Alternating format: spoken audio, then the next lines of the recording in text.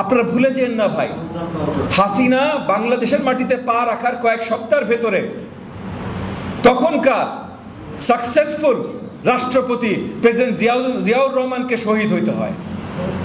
হাসিনার বাংলাদেশের মাটিতে পা রাখার সাথে সাথে আমরা রাষ্ট্রপতি জিয়াউর রহমানকে হারাই।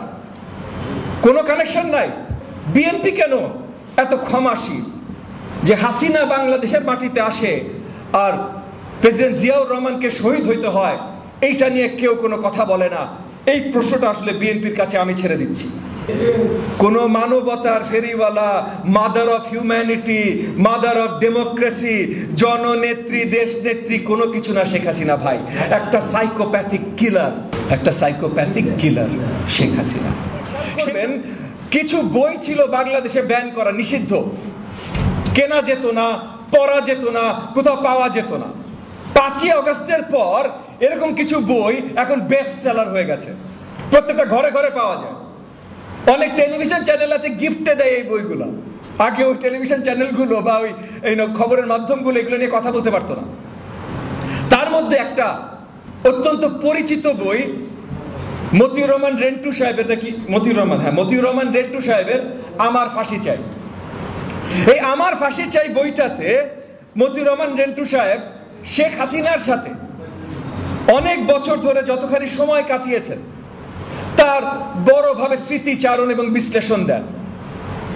এবং সেই বইটাতেও পরিষ্কারভাবে দেয়া আছে যে এরশাদ বিরোধী আন্দোলনে, সেটা 87 সাল বলেন, 90 সাল বলেন, কি কি ধরনের খেলা শেখ হাসিনা খেলেছিল, কি ভাবে তার নিজের দলের কর্মী ভাই, ছাত্রলীগ, যুবলীগ বা আওয়ামী লীগ তার নিজের দলের কর্মীদের জোর করে বন্দুকের সামনে ঠেলে দিয়েছিল। অনেক সময় গুলি করাটাও তার লোকজনকে দিয়েই করিয়েছিল। এগুলো পরিষ্কার তার বইতে আছে। গত সরকারের আমলে বা তার আগে এই বইটা পড়ার সৌভাগ্য আমার হয়। এই বইটা পড়ে আমি প্রথমে কিছুই বিশ্বাস করি নাই। আমি মনে করেছি ভাই দল থেকে বের করে দিয়েছে, তাহলে নিশ্চয়ই বের যেহেতু করে দিয়েছে সে একটু মিথ্যাচার তো করবেই, মন খারাপ একটু রাগ না, তাহলে একটু মিথ্যাচার তো করবেই। কিন্তু এখন যখন এই যে ইন্টারনেটে তার কল ফাঁস হয়, আমরা কথা শুনি শেখ হাসিনা কিভাবে কথা বলে, নেতা কর্মীদের সাথে কিভাবে ইনস্ট্রাকশন দেয়, কিভাবে আদেশ দেয়, তখন পরিষ্কার বোঝা যায় যে রেন্টু সাহেব তার বইতে যে লেখাগুলো লিখেছিলেন ওইটাই শেখ হাসিনা। কোন মানবতার ফেরিওয়ালা, mother of humanity, mother of democracy, জননেত্রী, দেশ নেত্রী কোনো কিছু না শেখ হাসিনা ভাই। একটা সাইকোপ্যাথিক কিলার।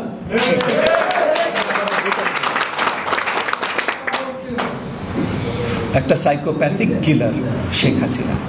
শেখ হাসিনা বাংলাদেশের মাটিতে 81 সালে যখন ফিরে আসে,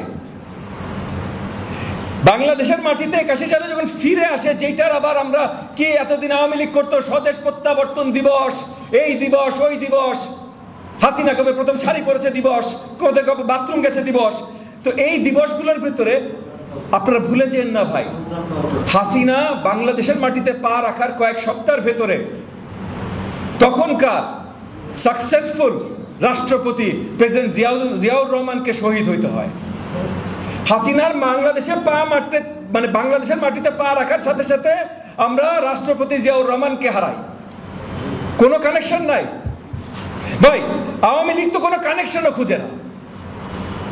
কিশোরগঞ্জে বাসপুরে, ঢাকা শহরে মির্জা ফখরুলের নামে মামলা হয়, রংপুরে ট্রাকপুরে, ঢাকা শহরে আমাদের নামে মামলা হয়।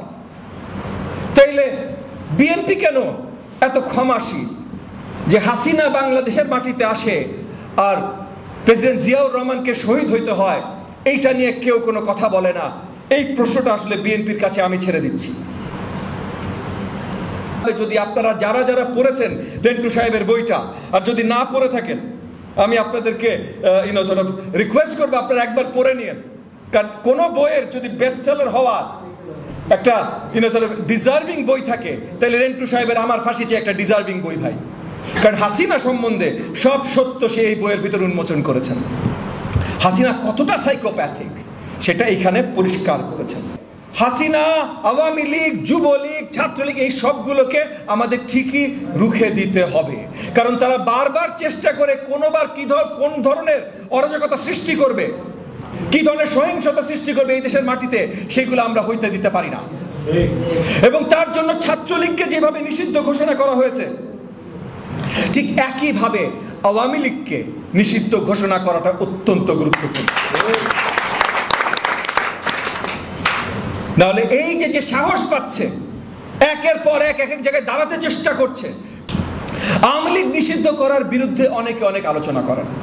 অনেকে বলেন যে আইনগতভাবে বা নীতিগতভাবে এটা মুশকিল। কেন? আওয়ামী লীগ একটা সংগঠন, সেই সংগঠনের অফিসিয়াল কোনো কাগজপত্রে দেশ বিরোধী কোনো আলোচনা নাই, গণতন্ত্র বিরোধী কোনো আলোচনা নাই অফিসিয়াল কোনো কাগজপত্রে। ঠিক আছে ভাই, অফিসিয়াল কাগজপত্রে নাই, কিন্তু তাদের অফিসিয়াল কার্যকলাপে তো আছে। কোন কার্যকলাপটা তাদের দেশ বিরোধী ছিল না একটু বলতে পারবেন? এই যে নির্বাচন নিয়ে তারা যা করেছে, সংসদে যা করেছে, সংবিধানে যা করেছে, এবং যতগুলো গণহত্যা ঘটিয়েছে, এগুলো দেশ বিরোধী না? প্রত্যেকটা কর্মকাণ্ড তো তাদের দেশ বিরোধী। এই ধরনের দেশ বিরোধী, জনগণ বিরোধী কর্মকাণ্ডের জন্যই তো জার্মানিতে হিটলারের নাৎসি পার্টিকে নিষিদ্ধ ঘোষণা করা হয়, ইটালিতে মুসোলিনির পার্টিকে, পিএনএফ কে নিষিদ্ধ ঘোষণা করা হয়। তাইলে বাংলাদেশে কেন আওয়ামী লীগকে নিষিদ্ধ ঘোষণা করা হবে না ভাই? সো না, আইনগত বা নীতিগত কোনো মানা এইখানে নাই। দ্বিতীয় আরেকটা কথা আমি অনেকের মুখে শুনেছি, স্পেশালি আমার সুশীল সমাজের ভাই ও বোনদের কাছে শুনেছি। এগেন, আমি তাদেরকে ছোট করছি না, কিন্তু ওনারা অনেক সময় রাজনৈতিক বাস্তবতা না দেখে আলোচনা করেন, সেই হিসেবে বলছি যে আমার সুশীল সমাজের অনেক ভাই ও বোনদের মুখে শুনেছি যে আওয়ামী লীগকে যদি নিষিদ্ধ ঘোষণা করেন, ওরা টেররিস্ট অর্গানাইজেশন হয়ে যাবে, ওদের কোনো জবাবদিহিতা থাকবে না, ওরা রাস্তাঘাটে বোম ছোড়া শুরু করবে, গুলি মারা শুরু করবে, তখন কি করবেন? তাদের উদ্দেশ্য করে আমি বলছি, ভাই শুনেন, নিষিদ্ধ ঘোষণা করা না করা দিয়ে এটা কিচ্ছু আসে যায় না। জামাতকে আওয়ামী লীগ নিষিদ্ধ ঘোষণা করেছিল, বাংলাদেশ জামাতে ইসলামকে আওয়ামী লীগ নিষিদ্ধ ঘোষণা করেছিল। জামাতে ইসলাম কি টেররিস্ট অর্গানাইজেশন হয়েছে ভাই? হয় না। আবার উল্টা দিকে আওয়ামী লীগকে কেউ নিষিদ্ধ ঘোষণা করে নাই, কিন্তু গত 15 বছর ধরে বাংলাদেশের জনগণের উপরে সবচেয়ে বেশি টেররিজম চালাচ্ছে কারা ভাই? আওয়ামী লীগ। তাহলে এই যে নিষিদ্ধ ঘোষণার সাথে এই টেররিস্টিক অ্যাক্টিভিটির কোনো সম্পর্ক নাই ভাই। সো যে বড় দাগে দুইটা বড় বড় আপনার লজিক বা রেশনাল, যেটা আমার সুশীল সমাজের ভাই ও বোনেরা বা আমাদের কিছু বন্ধু প্রতিম রাজনৈতিক দলও আছেন, তারাও এই ধরনের কথাবার্তা বলছেন। আমি তাদের প্রতি আহ্বান জানাচ্ছি, ভাই একটু ভালো করে একটু খেয়াল করেন আপনারা, যে আপনাদের যে রেশনালগুলো দিচ্ছেন এগুলো সঠিকভাবে দাঁড়ায় না।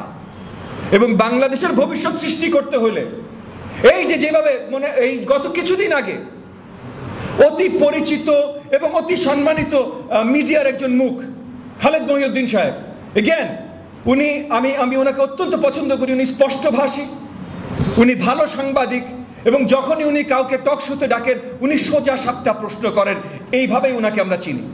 এবং উনিও কিন্তু কিছু দূর দেশ ত্যাগ করতে বাধ্য হয়েছেন, কারণ শেখ হাসিনার কোন একটা প্রেস কনফারেন্সে ভুলবশত একটা প্রশ্ন করে ফেলেছিলেন। আমি ভুলবশত বলে ভুল করেছি, আমি অত্যন্ত দুঃখিত। উনি একটা প্রশ্ন, সোজা সাপটা একটা প্রশ্ন করেছিলেন শেখ হাসিনাকে। শেখ হাসিনা ওই প্রশ্নের উত্তরে যে তেজটা দেখিয়েছিলেন, ওই তেজের চোটে আমার মনে হয় উনি আর এই দেশে টিকতে পারেন নাই। সো তার মানে আমরা যেমন অনেকে অনেকভাবে শেখ হাসিনা দ্বারা আহত, কোনো না কোনো পরিসরে সেই খালেদ মহিউদ্দিন সাহেব শেখ হাসিনা দ্বারা আহত, কিন্তু এই ভালো সাংবাদিক এবং শেখ হাসিনা দ্বারা আহত খালেদ মহিউদ্দিন সাহেব কিছুদিন আগে ছাত্র লীগের এক নেতাকে ইন্টারভিউ করার জন্য রেডি হয়েছিলেন। শেষ পর্যন্ত উনি সেখান থেকে ফিরে আসতে বাধ্য হয়েছেন, এবং উনি পরিষ্কার করেছেন যে আইনত কারণে, যেহেতু একটা নিষিদ্ধ অর্গানাইজেশন, সেই কারণে আইনগত কিছু বাধ্যবাধকতা আছে, সেই কারণে সে আর ইন্টারভিউটা করেননি। কিন্তু উনি পরিষ্কার আহ্বান জানিয়েছেন যুবলীগ আওয়ামী লীগের সব নেতাকে যে যদি আপনারা কথা বলতে চান তাহলে কথা বলতে আসেন। এখন সত্যি কথা ভাই, গণতান্ত্রিক রাষ্ট্র ব্যবস্থায় আপনি কারোর কথা বলাইতে থামাইতে পারেন না, এটা সত্যি কথা। কিন্তু দেশ বিরোধী এবং দেশে অরাজকতা সৃষ্টি করতে পারে, দেশে যারা ফ্যাসিজম তৈরি করেছে, যারা আসলে টেররিস্টিক অর্গানাইজেশন, তাদের কর্মকাণ্ড ভিত্তিক, তাদেরকে তো ওপেন প্ল্যাটফর্ম দেয়া যায় না। আর তাদেরকে ওপেন প্ল্যাটফর্ম দেয়া থেকে যদি আপনার রোধ করতে হয়, তাইলে আইনগতভাবে তাদেরকে নিষিদ্ধ ঘোষণা করা ছাড়া আমাদের আর কোনো উপায় নাই।